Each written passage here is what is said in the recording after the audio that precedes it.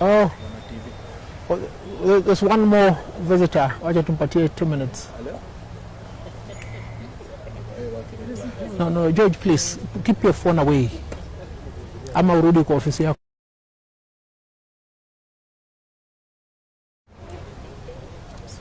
No, don't worry, Rostock. We're good. Where's Bernard? No. Sababu nasikia hapa hakuna 2/3 gender parity. Tutawafanyia tu.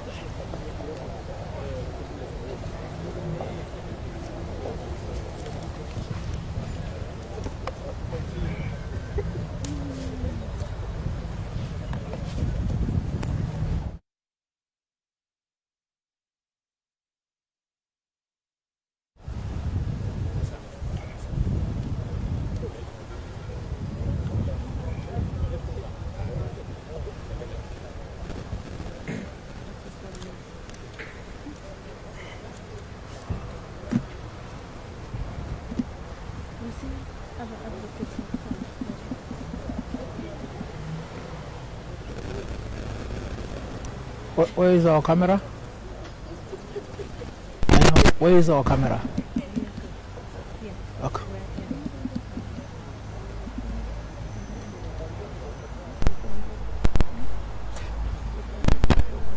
Good morning, Kenyans. We are here to deliver good news to Kenyans and to deliver bad news to the leaders of Kenya, because this is an exercise that we must undertake for Kenya to grow and flourish as a constitutional democracy. With me here is the advisory given by the Chief Justice of the Republic of Kenya, Honorable Justice David Kenani Maraga, to the President of the Republic of Kenya, His Excellency Uhuru Muigai Kenyatta, to dissolve Parliament. It is on that backdrop that we have gathered here to chart the way forward, because there is a possibility of the rule of law being subverted further by those, the people of Kenya, elected into office. This is our statement. It reads, Parliament is unlawful and shall not conduct business beyond the 12th of October 2020. Kenyans, there is need here and now to assert the legal position with finality on what must be done following the advice by the Chief Justice of the Republic of Kenya to the President of the Republic of Kenya to dissolve Parliament. The urgency and finality is necessitated by an emerging and fast developing trend by certain individuals and institutions to belittle, berate, and castigate the Chief Justice for having advised the dissolution of Parliament as mandated by the Constitution of Kenya. Key among the individuals propagating the false, erroneous narrative is the Speaker of the National Assembly, Honorable Justin Muturi, who unfortunately is an advocate and ought to have handled the matter with wisdom and leadership. Muturi is on record stating falsely and deceitfully that the advisory given by the Chief Justice is unconstitutional and premature. He further stated that there should be no anxiety on the dissolution of Parliament for the reason that the Parliamentary Service Commission will move to court and have the matter resolved lawfully. This statement by Muturi, which is self-assured, may be interpreted to mean that the Chief Justice acted unlawfully, and further that those on whose behalf Muturi speaks have secured a judge who is prepared to overlook the express provision of Article 2, Sub-Article 3 on the supremacy of the Constitution. For clarity, this is what the Constitution provides. The validity or legality of this Constitution is not subject to challenge by or before any court or other state organ. Kenyans, the positions taken by those opposed to the advisory by the Chief Justice is what the Court of Appeal held on the 5th of April 2019 to be, and I quote, precisely the kind of conduct that the people of Kenya wanted to avoid by writing the dissolution clause into the Constitution under Article 261. Under Article 261, sub-Article 7 of the Constitution of Kenya, the people of Kenya express their will as follows. If Parliament fails to enact legislation in accordance with an order under Clause 6B, the Chief Justice shall advise the President to dissolve Parliament, and the President shall dissolve Parliament. The power given by the people of Kenya to the Chief Justice to advise the President to dissolve Parliament is a sovereign delegated power. In advising the President, the Chief Justice speaks on behalf of the people of Kenya and not as a judge. This sovereign power is people given by Article 1 of the Constitution and has been exercised in accordance with the Constitution of Kenya as provided under Article 261, sub-Article 7. The exercise of this power cannot be challenged in court or anywhere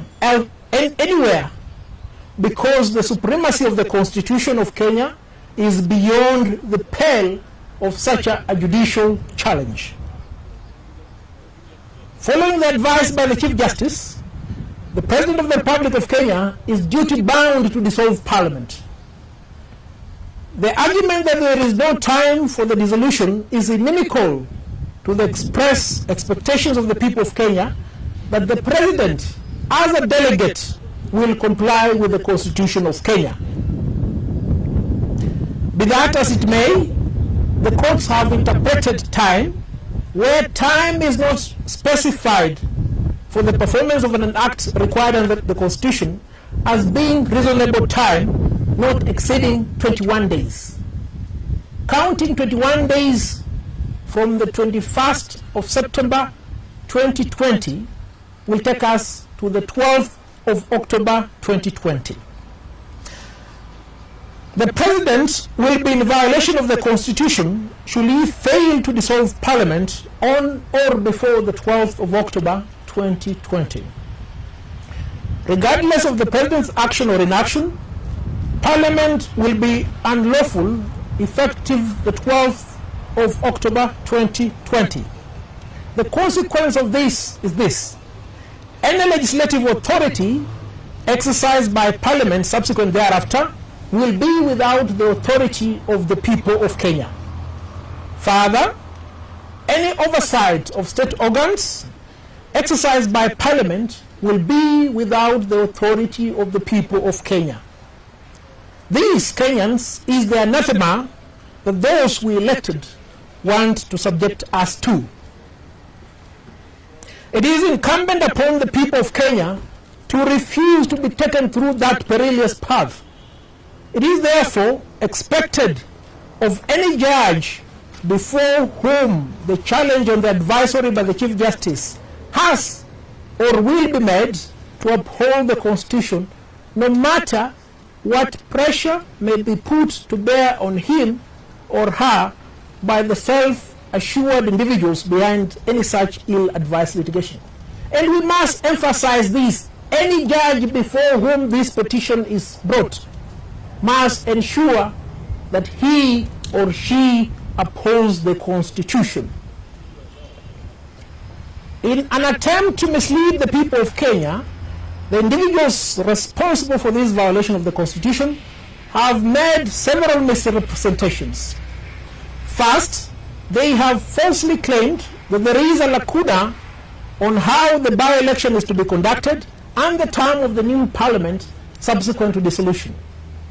Secondly, they have misled the people of Kenya to think that the term of the President of the Republic of Kenya, and this is important, governors and members of county assemblies, is affected by the dissolution, thereby bringing the entire business operations to a halt. It is therefore important to allay these unfounded fears by telling you, the people of Kenya, the truth. And this is the truth.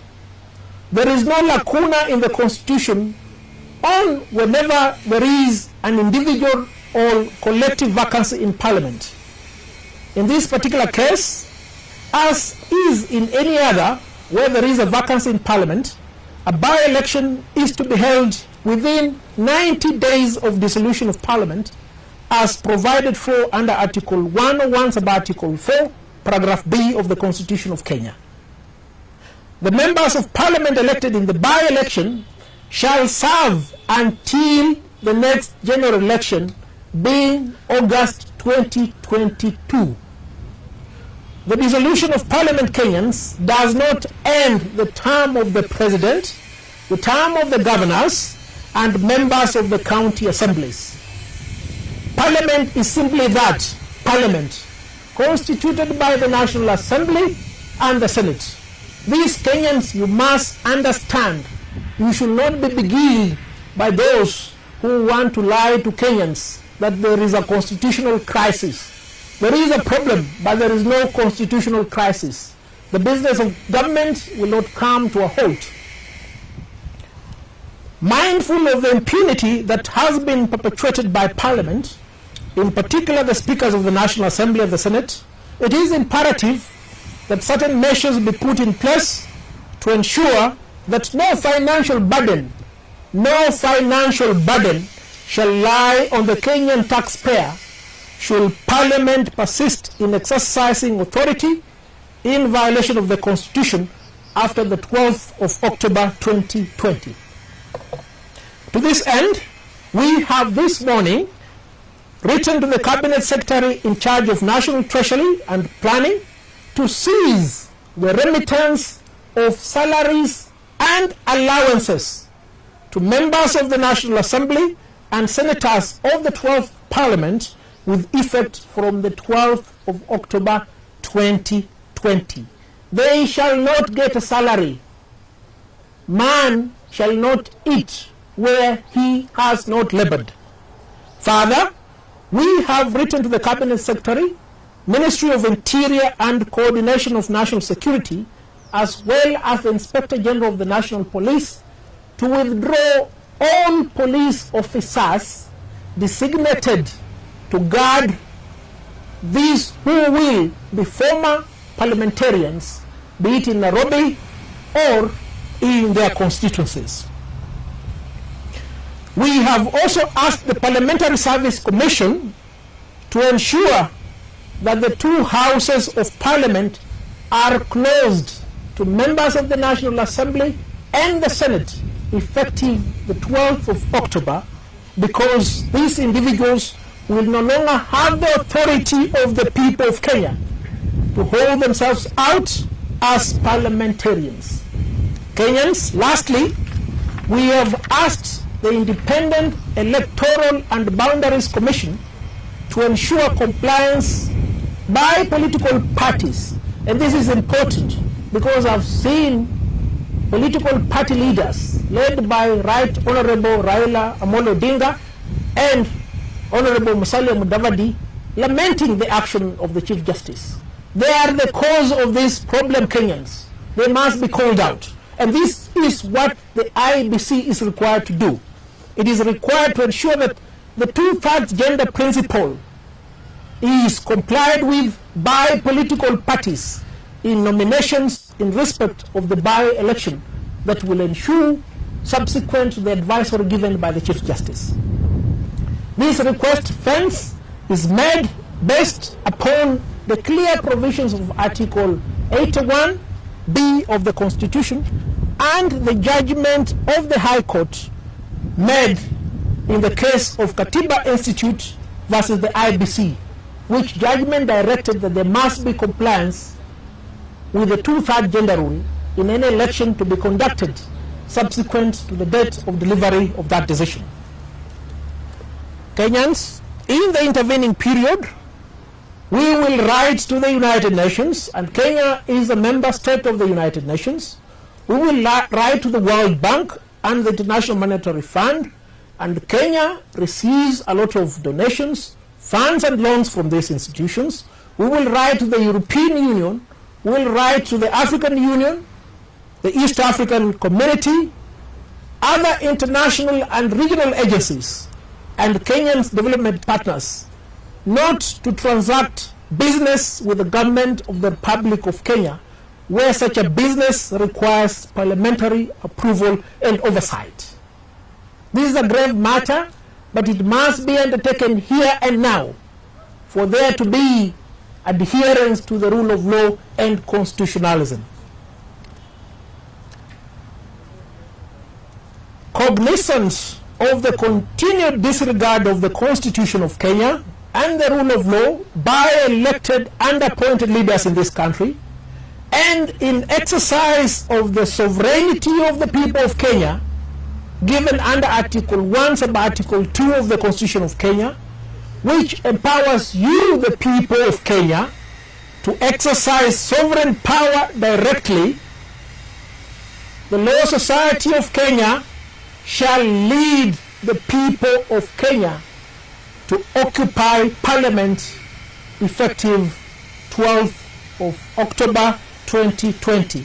Until a by-election is held, should the people's elected representatives in the 12th Parliament persist in impunity. Kenyans, this is the course that we must take here and now, because if we don't do that, our generation will be held accountable for the grave violations of the Constitution by our delegates. Thank you.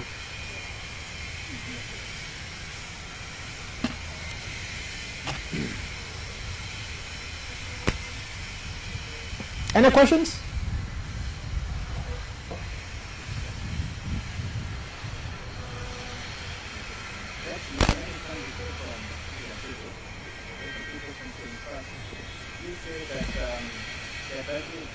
Sam, move a little bit closer.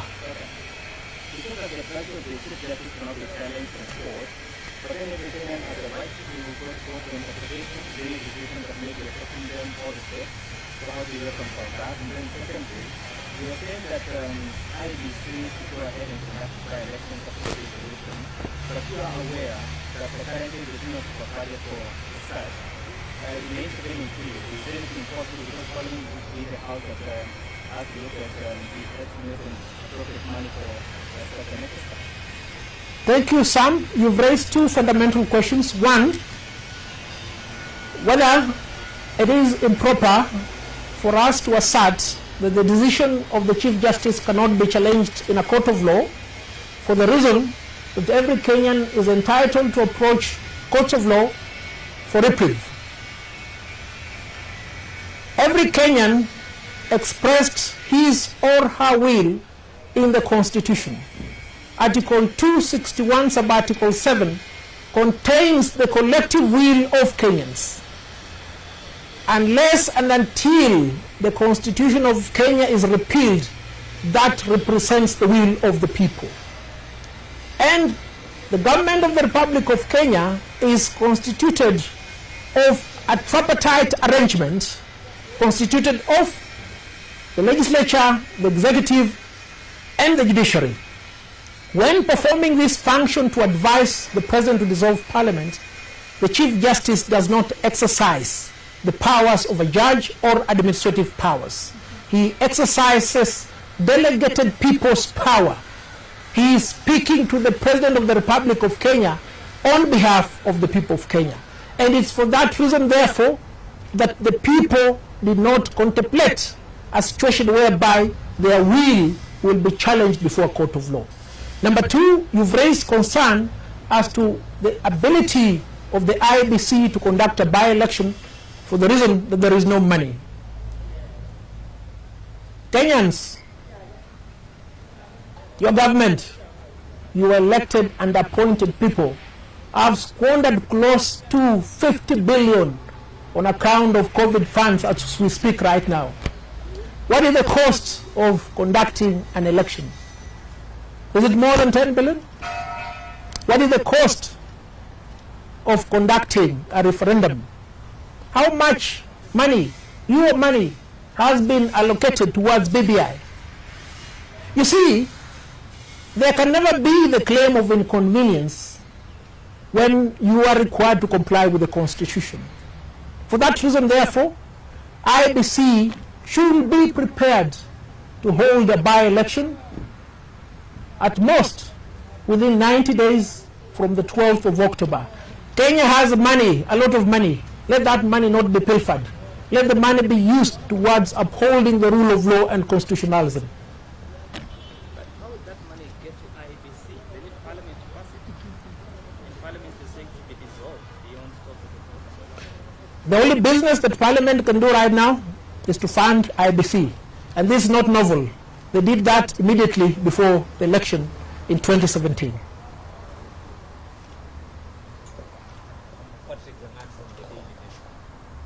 Parliament has made two arguments to really propose their advisory. One of them is that the court order given by Justice John Makibo in 2017 was not served on Article 61(6). They say it requires that there is evidence that that order was served on the Speaker of the National Assembly and the Speaker. The second question related to that is they argue that order in 2017 relates to the level of Parliament. How do you reconcile these two things, given that this is the law? Good. Lagat, from the Daily Nation, there is a principle in law that there must be an end to litigation. Parliamentarians are the lawmakers. They are the ones who made this law. There were two cases that preceded the decision by the Chief Justice. The first case was decided by Honorable Lady Justice Mombi Ngugi, in which the National Assembly and the Senate, as well as the Attorney General, were parties. The second case was decided by Honorable Justice Mativo, again in which those three individuals were parties. The order was transmitted to them when it was delivered. How else would they have wanted the order to be transmitted to them? By registered mail? But more importantly, the Chief Justice, upon receiving a petition from Margaret Toili and David Sudi, did write to the speakers of the National Assembly and the Senate and asked them to explain what steps have been taken before he could act. The two speakers responded, and in fact they sought more time. They therefore have knowledge of the making of this order. I seem to have forgotten your last question. Could you repeat it? The 11th Parliament. The argument that the order Okay. is for the 11th Parliament. Good. Parliament is Parliament, just as government is government. We cannot say that we'll disregard all contracts that were entered into by the government under the leadership of President Mwai Kibaki, now that we have the leadership of President Uhuru Kenyatta. Parliament succeeds in perpetuity. Parliament has failed to comply. It is this parliament that is liable to be dissolved. That argument is unsustainable. In fact, the argument was raised before the Court of Appeal and it was dismissed by the Court of Appeal. This matter has reached its finality. Come a little bit closer. What would be the fate of all the institution partners in the National Parliament? As we speak right now, Parliament is unconstitutional, but Parliament is yet to be dissolved. There is a time frame within which Parliament must be dissolved. That is 21 days from the 21st of September 2020. The 21 days lapse on the 12th of October 2020. Effective 12th October 2020, any laws that will be made by the National Assembly and the Senate will be null and void ab initio, because they will not have the propulsion, the sanction and support of the sovereign, the people of Kenya.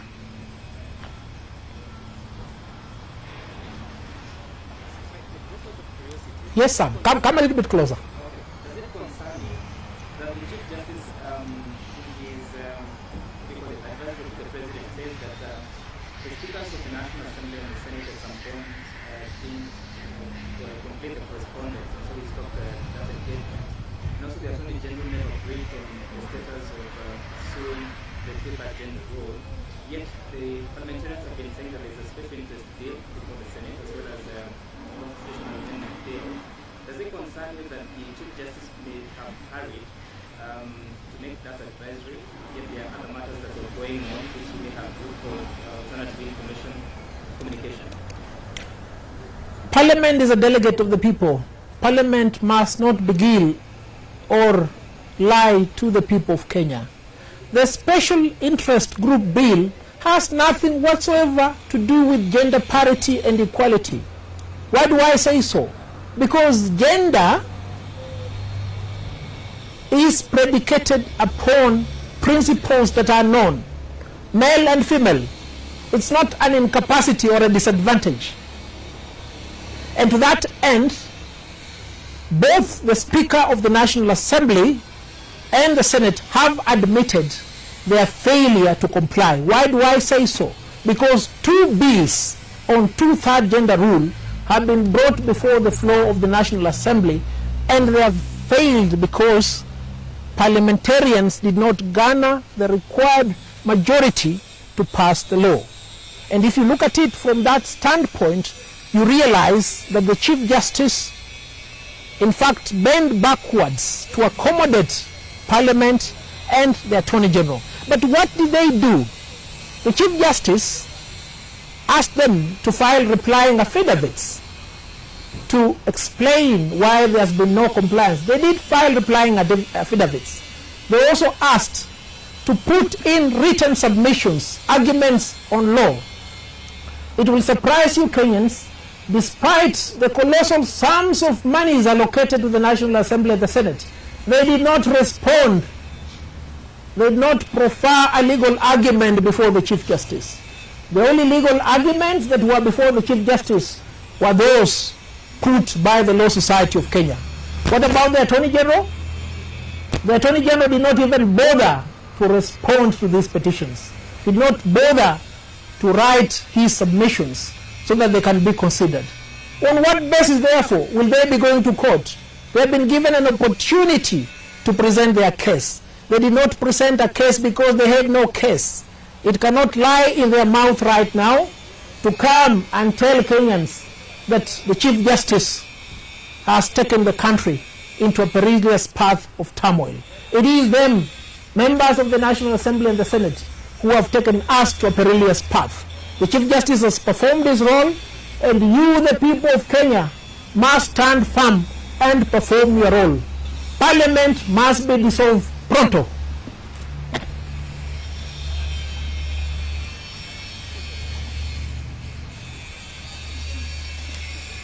Thank you, Kenyans. Perform your duty.